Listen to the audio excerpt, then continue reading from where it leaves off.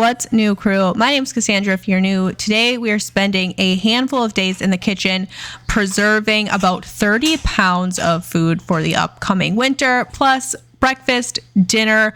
Come spend the entire day in the kitchen with me, and let's go ahead and just check some things off the to-do list. What's new, crew? If you're new, my name's Cassandra. We are already in the kitchen today. We already got dinner in the crock pot, which is great, and I already reset my kitchen from morning breakfast, getting kids off to school and whatnot. What we're doing today is making a bunch of potato wedges for the freezer. I have my food prep container here. We're filling with cold water. We're also going to pull out cutting board and a knife, and we're just gonna start cutting potato wedges with regular good old potatoes. If you watch my grocery haul, I got 20 pounds of baking potatoes. I'm just gonna cut them into wedges, simple as that. Soak them in our cold water here for most of the day, a couple hours at least, and then we will flash freeze them, and then tomorrow we will package them up into bags for the freezer. Depending on how many potato wedges I cut, I might also do some like diced potatoes for hash browns. We'll end up seeing what the day comes, but the priority is potato wedges. And then I'll save some of these potato wedges for dinner tonight for the kids because I have a long day in the kitchen. So let's go ahead and just make some potato wedges. Having these potato wedges prepped in the freezer are so worth it for me because these take about an hour minimum to soak. So I have to make sure that I'm on my game every time we want to have these potato wedges for dinner. And let's be real, sometimes we're not totally on my game. So I love to have some of these prepped in the freezer, just ready to throw in the oven from frozen. And it's one of my favorite things. Potato wedges are now chopped and soaking. You can see just how gnarly the water is. That's why I like to soak them. I'll make sure that I hand scrub everything later, but these are gonna soak. It'll pull the starches out of them. It helps it so that the outside of your potato will get crispy and the inside of your potato will still be soft for a really good potato wedge. So I'm gonna move these aside. We're gonna let these soak for a couple hours. I'll lay them out on sheet trays. You could blanch freeze them. What I'm thinking though, just to save myself a step, is I'm probably just gonna put them all in gallon-sized Ziploc freezer bags, but I'm just going to portion them out for each meal. That way I can pull them out from frozen, just dump it onto a sheet tray. You can either pull it out, let it thaw a little bit, and then bake, or straight from frozen, it really doesn't matter. And then I like to do, sometimes we'll do just like a thick flaky salt. Sometimes we do a french fry seasoning mix, but my kids' favorite is just chives and Parmesan cheese with a little bit of salt. That is like the go-to for these. Really great potato wedges. And then sometimes we'll dip them in sour cream. Sometimes the kids will put them in ketchup, obviously. Sometimes we make these into like loaded potato wedges with bacon bits and cheese and all sorts of things. So we're gonna let these go. The other thing I have to do today is I have to feed both of my sourdough starters, so we're gonna do that before I forget. But I also need to cut up this pineapple. It is showing signs that it really needs to be cut up, so we're gonna get that cut up, and then that'll be ready for the kids to throw in lunch boxes for the rest of the week, and the kids will most likely eat that for an after-school snack if I have it cut up and ready for them. So there's that. Other thing I really have to figure out today is I have a bunch of apples, and I need to make a decision on what I'm gonna do with these apples. They are past prime for sure. They're very soft. So I kind of feel like the only thing they would really be good for would be like an applesauce or an apple butter or something. Originally, I was thinking I was going to can just more apple slices, which is what we use for like apple pies and things for this winter. But because they're so soft, I don't think the texture is gonna hold up very well, so I don't wanna do that. So I'm kind of thinking I might just throw them all into a roaster pan and start roasting them down to make applesauce. I'm kind of undecided because I feel like we have a lot of applesauce on the shelf, but at the same time, I don't really want them to go to waste. I was also thinking maybe I could steam juice them and we could just can some apple juice. So I'm really undecided on what I'm gonna do. I'm gonna try to figure out what I wanna do while I'm cutting up this pineapple, because I really need to get those taken care of today because they're really past their prime. But first, let's just take care of this pineapple. Cross that off the list for the day.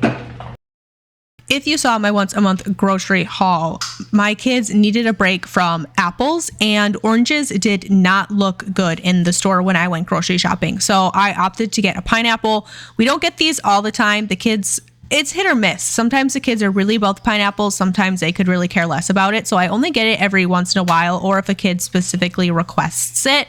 But it was nice to mix it up. I prepped that, got that in the fridge, and we used that for lunch boxes throughout the week and after school snacks.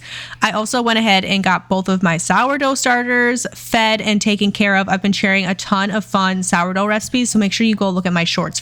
Okay, here are all of my apples. You can see some of them are really starting to be on their prime. Some of these, like here, you can see there's a huge bad spot on this one. None of these are in great shape anymore. Even I have a couple from Aldi that I bought last month. These I think are pink ladies. They're starting to get kind of soft too. Lots of bad spots here. So I think what I'm gonna do is cut off all the bad and soft spots on these apples and just load them into a roaster pan. I do have quite a bit of applesauce on my shelf, but I think what I'll do to make this different, sometimes when I have a lot of something on my shelf and this is just gonna be a really easy and quick way to preserve these apples, is I'll just try to make a little bit of a different applesauce. So I might add some cinnamon into this and do a cinnamon applesauce, which we don't have right now. Sometimes I have like cranberry applesauce on the shelf. Sometimes I'll throw in some strawberries. We'll do like a strawberry applesauce, which is really fun as well. So just mixing it up a little bit. But I think for this batch, I'll just add in some cinnamon and maybe a splash of vanilla extract or something. And we'll have a cinnamon-based applesauce just to mix it up. We use those a lot in baking throughout the winter, so we'll definitely go through it. It's not like the end of the world. And I actually think I might be able to just fit these into a crock pot. So let's just get these cleaned up, and I'm gonna have to get my extra crock pot from downstairs and we'll plug that in and get that going. And then I'll probably end up cooking it down today, and then tomorrow we'll actually can it. So let's see how this goes.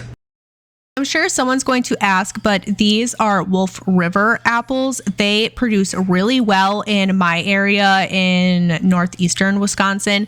They get pretty big. They're delicious. I think they are some of the best pie apples in my opinion. And then a couple of these were pink ladies that I had left over from once a month grocery shopping. This is why my kids needed a break from apples. We went apple crazy over the last couple of months. So we're taking a little bit of a break. The rest of these are just going to be made into that applesauce, like I said, and we'll use them for making breads and muffins throughout the winter. Putting just a little bit of water in the bottom of my crock pot, I'd say about an inch, maybe an inch and a quarter, something like that, just so that my apples don't burn to the bottom of this. I find that I like the way apples cook down in pairs and things a lot more in the ceramic of a crock pot than I do in a roaster pan. Roaster pans, they tend to burn to the sides. I don't like that very much, so I really only do those if I'm doing like ginormous batches at a time. I really prefer the crock pots, the way that they cook down apples and things. I think the texture is a lot smoother in the end too. So I'm gonna dump these in.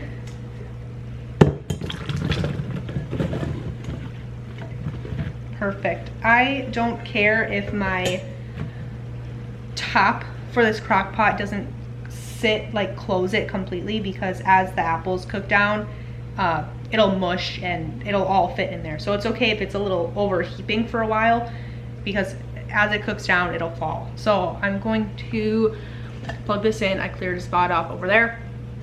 We're gonna get this going. So today was just about prepping a ton of stuff, preventing food waste, putting in some convenience meals in the freezer, or not necessarily meals, but convenience items in the freezer. We've got dinner rocking and rolling because I knew today was gonna be a little bit of a longer day in the kitchen, and by the end of it, I wasn't gonna wanna cook. So we've got a roast in the oven, we'll do the roast, and some garlic, probably garlic salt, Parmesan, chive, potato wedges for the kids. They're always happy when potato wedges are here. We'll get the apples plugged in and just cook these down. I think what I'm actually gonna do is top this with just a little bit of cinnamon, and this is gonna be like a potpourri box for our house today. Delicious. If you had other fruits that were in your freezer you wanted to get rid of, like I have some cherries in my freezer right now, I could throw cherries in here and just cook it all down together, blend it all up, and get a cherry applesauce, which would be delicious. As long as you're adding in your lemon juice to the bottom of each of your jars, your acidity level should be high enough when water bath canning that you should be fine. If you are not going to follow an exact recipe and you are a rule follower, your kitchen, your rules, my kitchen, my rules, I'm okay not following a recipe all the time and canning. If you wanted to look up a recipe, pressure can your apples, that's always an option too. You can pressure can this, you don't have to water bath can it, and then that should make it safe, no risk for botulism and things like that. So do what you want, make sure that you understand the rules that you're breaking and so forth and so on. So I feel fine about that, but for today I don't think I'm gonna add anything. I have pears I could, or not pears, I have peaches I could throw in, I have nectarines I could throw in, lots of other things, but this crock is already at max capacity, so I'm not gonna do any of that stuff. But if you wanted to do a mixed applesauce, you could. I'm just gonna save those for either later preservation projects throughout the winter, or just throwing into smoothies throughout the winter, which we'll totally do as well. So we're gonna get this rocking and rolling, and then I'm sure I'm gonna get questions. I'm gonna turn this on low for 8 hours, just what I'm gonna do. Sometimes I put this on high for 4 hours and really crank it out. I'm just gonna watch it. I will stir it occasionally as things start to kind of cook down a little bit. And other than that, there's really not a whole heck of a lot to making applesauce other than this. If you wanted to, you could put it on the stove. Like I said, I just prefer the ease, the convenience of it in a crock pot. I don't have to stand over it, I don't have to watch it, and I can just occasionally come up and give it a little bit of a stir. And I will hit this with my immersion blender once it gets cooked down a little bit to the consistency that I want. I'll give it a taste. If I want to, I'll add sugar depending on the apple type. Sometimes I will, sometimes I won't. Cinnamon, a little bit of vanilla, do what you want. But we're gonna get this in and get it cooking down. It's basically gonna smell like an apple pie in here from now on. I'm gonna add a pinch of our Baja salt as well, not a lot. I get questions all the time on why I only use freezer Ziploc bags. You never see me vacuum sealing any of my produce. And the thing is, I find that vacuum seal bags are a lot easier to pop the seal in a deep freezer. If something gets pushed on them a little too hard, the seal pops, it breaks, and then you're gonna get freezer burn. So I just prefer Ziploc bags. We end up getting 8 bags of potato wedges. These are in meal-sized portions. These are gonna go straight into the freezer, plus what I ended up saving for dinner tonight. I haven't checked these since we put them in, but ooh, it smells like an apple pie. It smells so good. So after my applesauce cooked down, I went ahead and ran it through my food mill and then put it back into my crock pot, and it sat in my garage in my crock pot for about 2 days until I had the time to go ahead and get this canned up. I did mine in whatever random pint-sized jars I had left. This time of year, jars are kind of scarce because they're mostly full, which is a great thing. So this was a perfect small batch. Variety is the spice of life when you are preserving a lot of your own food. So this is our 3rd variety of applesauce on the shelf, which is great. Like I said, variety when you're trying to eat mostly your own preserved foods can be a complete game changer. We went ahead and water bath canned this, I think for 15 minutes. I went ahead, let it sit. The next day I labeled it, took my rings off, and added them to the canning shelf to be enjoyed all winter long. Wherever you guys are, I hope you're having a fantastic day, and I will catch you guys in the next one. Bye.